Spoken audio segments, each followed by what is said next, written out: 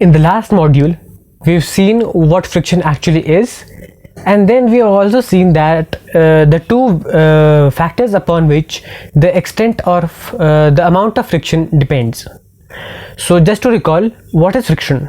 Well, if you take two surfaces like my hands, we know that no surface is perfectly smooth, and therefore every surface has some roughness or irregularities on it. Those irregularities or roughness get interlocked when the two surfaces come into contact, and that is what causes friction. So then we saw the two factors upon which friction depends.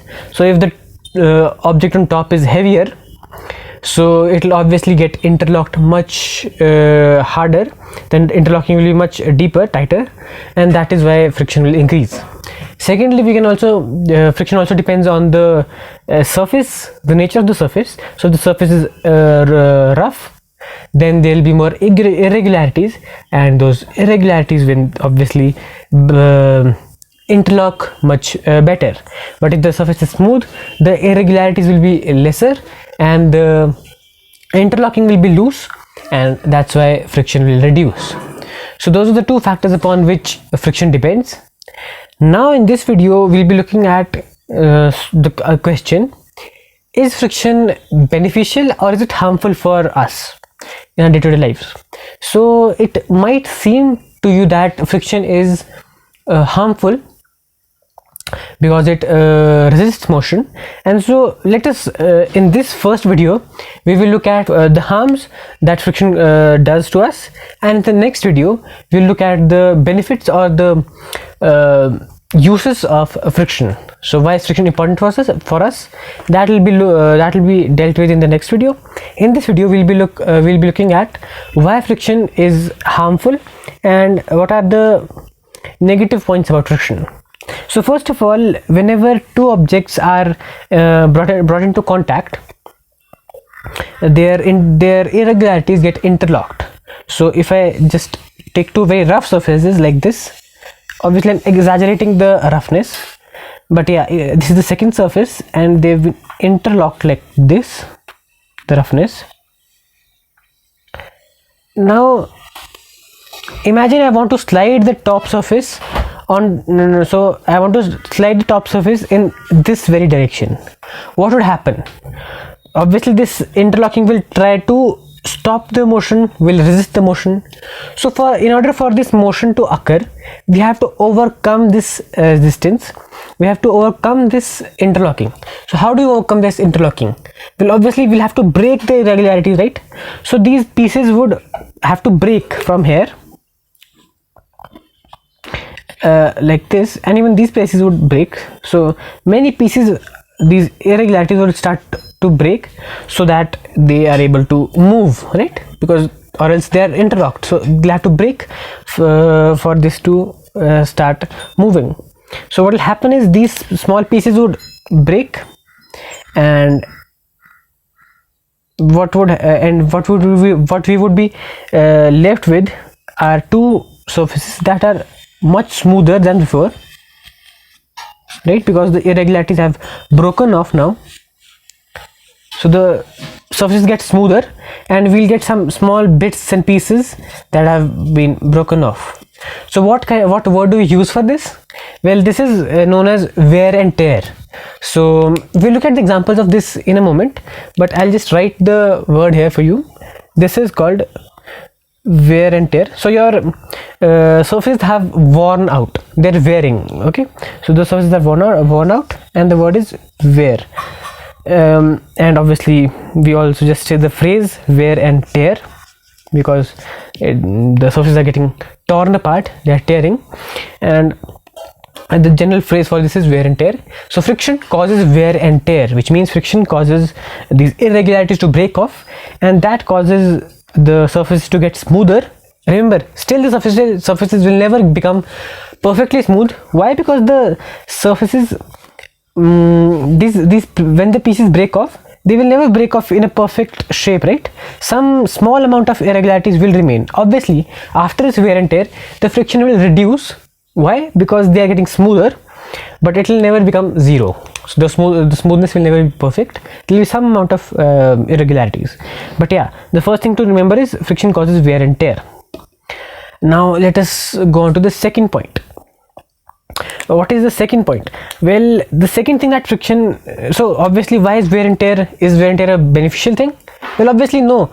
If we have some machine with us or anything that we use, if there is friction will always obviously break that thing into smaller pieces, and therefore it will reduce the life and it will hinder with the intended use of the object or the machine or the part of the machine, which we'll see in a moment. Second thing, now obviously if I'm applying some force on this object, I'm moving it, I have to use some energy, right? So an example for that would be if you're pushing a cart. Let's say I'll just remove this for now. So that's the first thing that friction does. The second thing that friction does is, so let's say one of you is standing here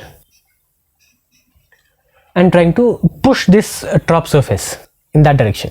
Now because there is friction, there is interlocking, you have to apply some force, and to apply that force you're using some energy, right?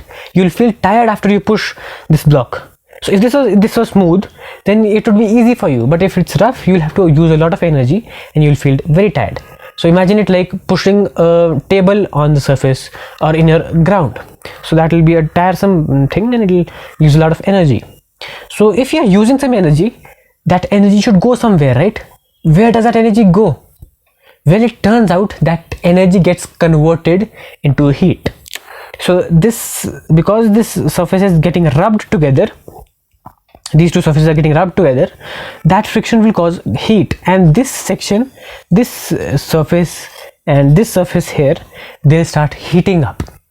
One very simple example that you can very easily connect with is using your hands.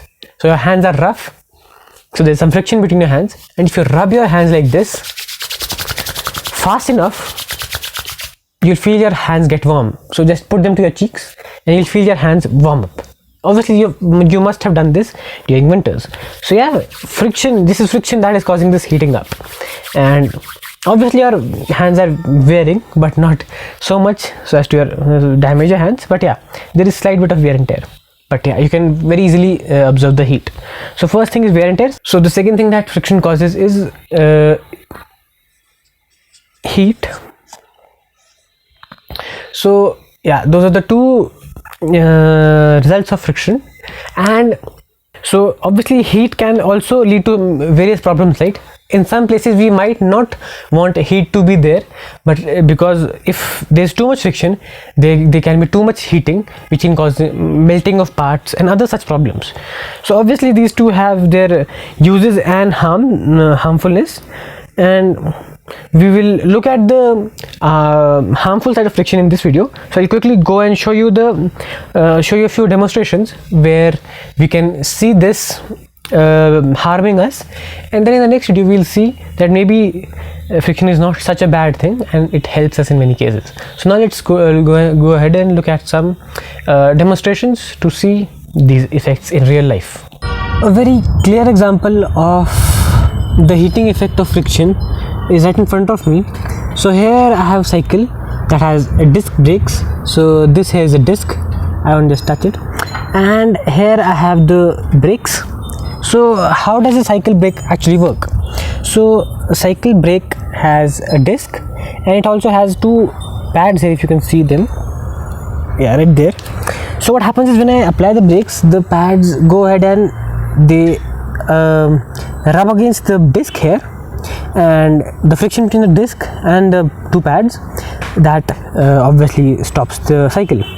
So because there is so much friction between this disc and the brake pads, if you ride a cycle for a long time and apply the brakes long enough, then you can actually feel this disc here getting hot. So it actually, the temperature of this disc actually goes pretty high.